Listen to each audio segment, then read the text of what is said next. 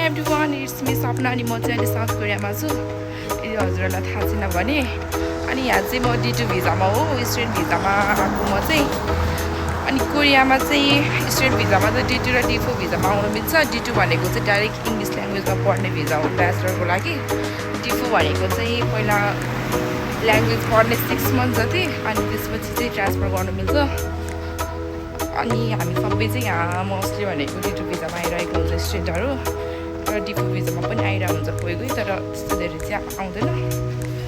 अनि आज चाहिँ मेरो बिहानदेखि बिहानदेखि काममा जान लागिरहेको म चाहिँ इट्स माई फर्स्ट टाइम यसरी बोलेर बनाइरहेको। सो यस्तो घाम छ। अनि बिहानदेखि काम भयो भने चाहिँ बिहान यस्तो भिडियो बनायो भने फर्किँदाखेरि बेलुका राति परिसक्छ कि। सो आजको मेरो दिन कसरी बित्छ हेर भाइ त। म बस्ने रुम चाहिँ अलिकति टाढा नै छ, अनि स्टेसन जानलाई हिँडेर जानुपर्छ कि लगभग 10 मिनट जति नै लाग्छ हिँडेर जानु चाहिँ।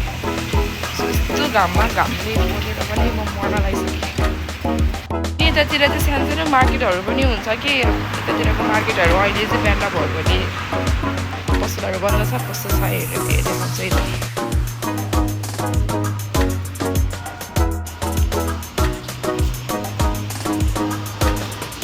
त्यो चाहिँ पाङको ब्रेड हो, पाङहरू पाउने ठाउँ हो, ब्रेड भन्छ पाङलाई चाहिँ। अनि कतिले सोधिराख्नुहुन्छ कि मलाई कस्तो छ कोरिया भनेर। Korea is far better than Nepal, तर टेक्नोलोजीको हिसाबमा चाहिँ बेटर नै छ, धेरै नै फास्ट छ। तर यस्तै मार्केटहरू हेर्नुपर्छ, सानो मार्केटहरू छ, त्यो देखाउँछ। यस्तो मार्केटहरू छ कि अझै बिहान भएर चाहिँ नदेखेको। तर यस्तो मार्केटहरू देख्दाखेरि सानो पसलहरू देख्दाखेरि चाहिँ फेरि सेम नेपाल लाग्छ। तर कुनै साइडमा मात्रै स्मल मार्केटहरू हुन्छ, अनि कुनैमा त फेरि अनर्गममा यत्रो ठुल्ठुलो मार्केटहरू हुन्छ। त्यति बेला चाहिँ ओहो टाइपको हुन्छ, ओ माई गड भन्ने टाइपको कि। पैसा बिना त मार्केटमा छिर्नै लाज लाग्छ कि, त्यस्तो टाइपको हुन्छ कि मलाई चाहिँ। अनि नेपालमा त पसल गएर पनि सामान किनेन भने पनि पैसा हेऱ्यो, अनि मन परेन भने सामान नकिन्दा पनि केही फरक पर्दैन नि त। यहाँ त एउटा पसलमा छिरेपछि सामान हेरेर केही मन परेन भनेर किनेन भने पनि कस्तो आफैलाई कस्तो अड टाइपको लाग्छ कि। यहाँ चाहिँ मान्छेहरू त्यस्तो गरेर आउँदैन, एउटा पसलमा हेरेर मन परेपछि प्रायःले लिक्छ होइन, त्यस्तो टाइपको हुन्छ कि हामी मान्छेहरू चाहिँ।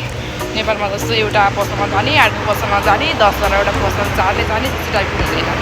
यहाँ चाहिँ एउटा दुइटा पसलमा छिर्छ, मन पर्ने बित्तिकै लिइहाल्छ। अनि त्यही भएर ठुल्ठुलो मार्केटहरूमा जाँदाखेरि चाहिँ हेऱ्यो अनि फेरि छोडेर आउनको लागि चाहिँ आफैले कस्तो अड लागे जस्तो हुन्छ मलाई चाहिँ। तपाईँहरूलाई के लाग्छ थाहा छैन होइन, मलाई त्यस्तो फिल हुन्छ। मेरो चाहिँ ट्रेन स्टेसन आइसक्यो। यस्तो अन्डरग्राउन्डमा छ यहाँ ट्रेन स्टेसन चाहिँ, बल्ल शीतल हुन्छ यहाँ भित्र छिरेपछि चाहिँ। अझै एउटा मान्छेले मलाई यस्तो पेपर पढ्नु नै आउँदैन, त्यस्तो ट्याप गर्ने यहाँ पैसा काट्छ। अनि जाने लिफ्टमा सर र यस्तो लिफ्ट चाहिँ भारत जिम्मेमा मात्रै चढेको थिएँ मैले चाहिँ नेपालमा। अनि त्यसपछि आएर चाहिँ यहीँ कोरियामा हो। अहिले चाहिँ त्यो नै चढ्छ स्टेसनमा हुँदा चाहिँ। पहिला चाहिँ नेपालमा चाहिँ भारतीयमा मात्रै थियो नि त यस्तो लिफ्ट, अनि त्यति बेला जाँदाखेरि मात्रै चढ्दैन भने कस्तो डर लाग्छ कि। अनि मलाई यहाँ फर्स्ट टाइममा आएर लिफ्ट चढ्न नि कस्तो डर आए जस्तो हुन्थ्यो